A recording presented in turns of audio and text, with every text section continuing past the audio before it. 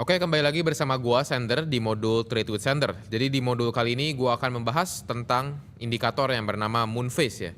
Jadi moon phase itu adalah indikator teknikal yang menghubungkan fase-fase bulan dengan pergerakan harga di financial market ya, termasuk kripto. Jadi benar-benar semua financial market. S&P bisa, gold bisa, saham bisa, bahkan ya kripto kalau yang gua pakai gitu ya. Dan asal teori ini sebenarnya berdasarkan keyakinan lah ya, bahwa siklus bulan itu dapat mempengaruhi psikologi massa dan juga sentimen investor gitu. Yang pada akhirnya mempengaruhi pergerakan harga juga. Karena pada dasarnya pergerakan harga itu naik atau turun disebabkan karena apa? Psikologis manusia. Dan kegunaan moon phase sendiri ini adalah ya identifikasi potensi titik balik, dan yang kedua itu adalah konfirmasi analisa kita pribadi gitu.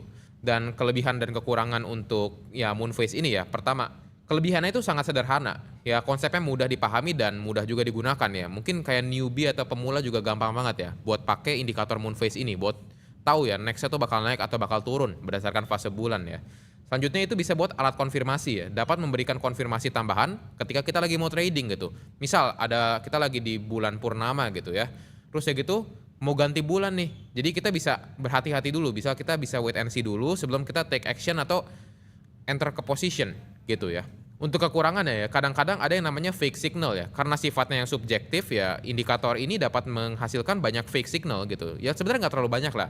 Jadi win rate 70%, lose-nya itu sekitar 30% nih. 30% ini disebut dengan ya fake signalnya gitu. Tapi as long masih 70% atau mungkin ya 60% win rate-nya itu that's still fine gitu. Kenapa? Karena kita kan nggak pakai indikator ini ya mentah-mentah.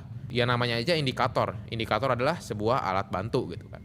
Selanjutnya, kekurangan tuh karena subjektif ya, karena dasar adalah teori, ya bukan ilmu pasti kan. Jadi tidak ada bukti yang konkret atau bukti yang kuat ya, bahwa siklus bulan ini secara langsung mempengaruhi pasar secara konsisten gitu ya. Bisa jadi ya nanti beberapa tahun kemudian ya indikator ini udah nggak berguna lagi ya, who knows gitu kan.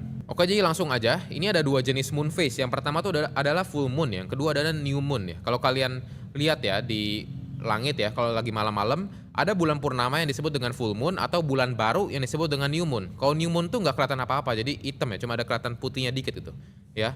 Karena yang kena sinar matahari cuma sedikit, dan ini bisa diaplikasikan ke ya trading ataupun ya financial market lainnya gitu. Dan strategi menggunakan indikator moon phase ini yang pertama itu jangan bergantung sepenuhnya pada moon phase. Tetap kalian harus pakai technical analysis lainnya, support resistance dan lain-lain. Kalian namain aja semua apapun itu. Yang penting kalian bisa lah ya menganalisa sendiri dan kalian melihat indikator ini sebagai alat bantu gitu, bukan untuk patokan utama. Yang kedua, strateginya tetap harus pakai manajemen resiko. Ini sebenarnya di semua ya, bukan cuma indikator moon phase doang. Semua indikator, semua cara, metode, itu semua tetap harus pakai manajemen resiko ya, atau risk management ya bahasa Inggrisnya. Selanjutnya itu harus cari konfluensi.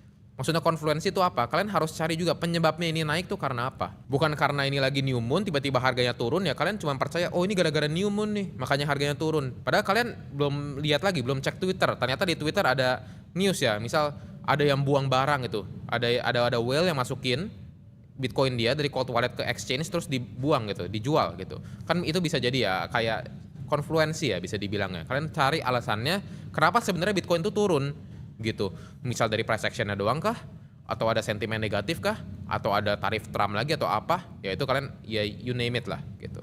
Selanjutnya ya kalian strateginya itu harus backtest mandiri. Karena semua indikator itu tanpa di backtest ya kalian basically gambling. Karena kalian belum ngerti apa-apa. Kalian belum tahu ya indikator ini kegunaannya gimana, kebiasaannya gimana, ciri-cirinya gimana gitu. Jadi kalian backtest dulu biar kalian ya udah makin ngerti gitu cara menggunakan indikatornya. Oke, jadi segitu aja untuk modul kita kali ini. Di modul selanjutnya gue akan bahas ya dari strategi dan juga cara menggunakan moon phase dari new moon dan juga full moon. Kita akan bertemu lagi di modul selanjutnya.